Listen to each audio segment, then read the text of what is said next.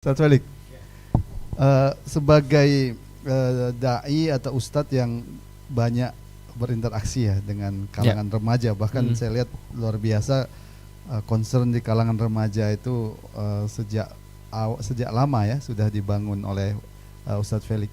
Kira-kira Ustadz Felix ya, sederhananya begitu ya, ini praktisnya. Mungkin orang-orang tua di rumah ini ingin praktisnya. Gimana sih ya kita ngajari anak supaya ya mereka itu mereka itu bisa menerima apa yang kita sampaikan tentang hiburan ini, tapi mereka juga tidak tersesat gitu. Gimana sih praktisnya menghadapi remaja? Saya sendiri kadang-kadang bingung, Ustaz Felix. Yang saya biasakan kepada teman-teman yang kita coba untuk bina anak-anak muda, lalu kemudian juga termasuk di keluarga sendiri, yang kita biasain itu adalah memberikan mereka sebuah concern yang lebih tinggi, Ustaz. Jadi artinya kita kan tergantung apa yang kita concern, apa yang kita khawatirkan. Kalau misalnya kita khawatirkan tentang diri kita pribadi, tentang bagaimana kita tuh punya pacar atau tidak, kita tuh misalnya hidupnya nanti punya rumah atau tidak, bisa jalan ke luar negeri atau tidak, maka selama concern kita masih rendah seperti itu, maka jenis hiburan yang kita perlukan juga jenis hiburan yang rendah.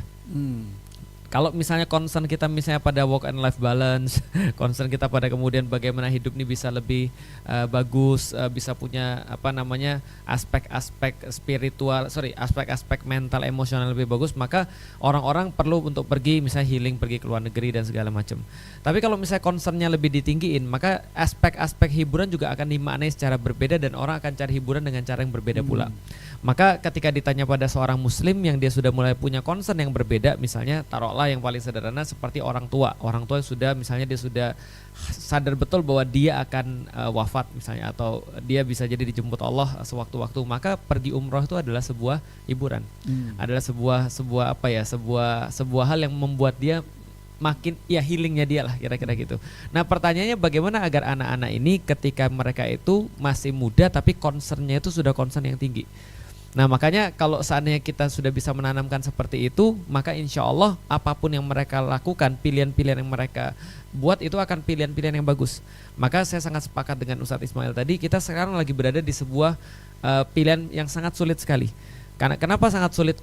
Karena kalau kita mau ideal itu sangat falas sekali, benar-benar falas sekali. Karena ini kayak ini saat ini kayak hari ujian, terus kemudian kita ini sudah kalah sebenarnya di hari-hari pembelajaran ini. Kita nggak sempat nyiapin umat, kita belum maksimal dalam memberitahu umat. Ketika ada datang konser, tiba-tiba mereka semuanya ternyata mau gitu kan ya. Ada banyak sekali Ustaz orang-orang muslim yang mereka bilang gini, gue juga kurban dan juga ikut konser, gue juga nggak ninggalin sholat dan segala macam, dan juga gue apa salahnya seperti tadi, apa salahnya gue ikut konser dan segala macam. Nah ternyata kita pikir ya udahlah ini adalah kita salah, kita belum sempat untuk menyentuh mereka. Nah sehingga saya sampaikan pada teman-teman, dalam hidup itu kan ada battle, ada war. Nah ini adalah satu battle yang kita jelas sudah kalah nih sebenarnya. Karena dari segi apapun kita nggak bisa ngelarang konser ini. Dari segi konstitusional sudah jelas bahwa ini adalah tidak melanggar konstitusi. Secara hukum dia sudah memenuhi hak-hak hukumnya. Kita cuma punya satu push kita adalah pada concern agama. Concern tentang kamu tuh mau nggak sih baik, kamu tuh mau nggak sih jadi orang yang berharga di hadapan Allah, kamu mau nggak sih kemudian hidupmu itu bukan cuma merasa baik di dunia tapi juga tenang nanti di akhirat. Ini adalah concern yang kita coba push. Sayangnya ini belum menjadi concernnya umat. Nah, itu problematikanya. Nah jadi sehingga saya coba beralih bahwa battle ini bisa jadi kemudian kita akan kalah, tapi ada war yang kita nggak boleh kalah. Warnya di dalam kepala ini, Ustaz. Nah sehingga ketika orang-orang ini sudah misalnya mereka sudah mengerti tentang tadi mafahimnya seperti apa, makoisnya seperti apa, bukan hanya konser Coldplay. Saya tadi baca di komen ada nanti Taylor Swift, ada lagi kemarin Blackpink, dan banyak sekali nanti akan ada konser-konser di Indonesia lagi. Karena kalau misalnya kita akan tolak seperti ini terus, nanti lama-lama orang-orang akan melihat orang muslim ini kayak dagelan. Kalau misalnya ini sekedar, ini bukan hukum Ustaz ya. Tapi dalam manajemen itu kan kita kan diminta untuk tidak membuat satu aturan yang pasti itu akan dilanggar. Nah ini kayak kita nih kayak murah jadinya Ustaz. Jadi suara umat muslim jadi murah. Nah makanya sebenarnya kalau saya secara pribadi dan juga beberapa teman-teman kita bilang bahwa ini battle kita bisa jadi kalah. mungkin kalah, kemungkinan besar kalah Ustaz. Artinya kemungkinan besar concernnya tetap ada dan akhirnya kita cuma jadi tadi cuma suara sumbang saja seperti kata Ustaz Ismail. Tapi kita tetap tidak boleh diam dan bukan berarti juga kita menolak bahwa bukan berarti kita tidak mendukung penolakan itu. Ini adalah bagian daripada amar ma'ruf kita. Jadi ketika ditanyakan apa Felix Xiao mendukung konser Coldplay, ya enggak lah.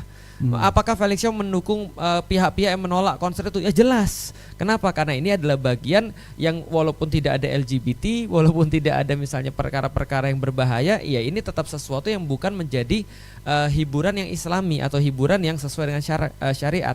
Nah, tapi kita berbicara tentang sesuatu yang lebih besar, itu dalam ranah pemikiran. Nah, di sini war-nya Ustaz. Termasuk tadi ketika ranah pemikiran ini sudah selesai, saya pikir hiburan-hiburan seperti apapun akan disikapi secara matang oleh orang-orang.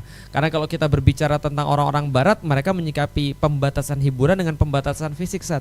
Screen time, lalu mereka menyikapi dengan apps yang dikunci dan segala macam. Tapi jangan salah, anak-anak itu lebih pintar daripada kita. Ya, benar. Mereka selalu bisa punya cara untuk bisa ngejebol itu semua. Sama kayak kita dulu ketika stick PS saya dikunci, saya selalu bisa cari cara untuk punya stick yang baru atau main dengan tidak pakai stick misalnya. Nah, anak-anak zaman sekarang juga sama. Nah, sehingga sebenarnya yang bisa untuk mengontrol mereka adalah dengan sakofah. Berarti praktisnya seperti apa? Praktisnya ibu-ibu harusnya merasa concern yang lebih besar adalah kalau anaknya nggak mengkaji Islam atau anaknya nggak punya referensi-referensi yang lebih banyak daripada referensi-referensi yang buruk ini. Referensi baiknya nggak lebih banyak daripada referensi buruk. Itu sederhananya seperti itu, Ustaz. Intinya yuk ngaji ya. Ngaji. Iya. Betul, Ustaz.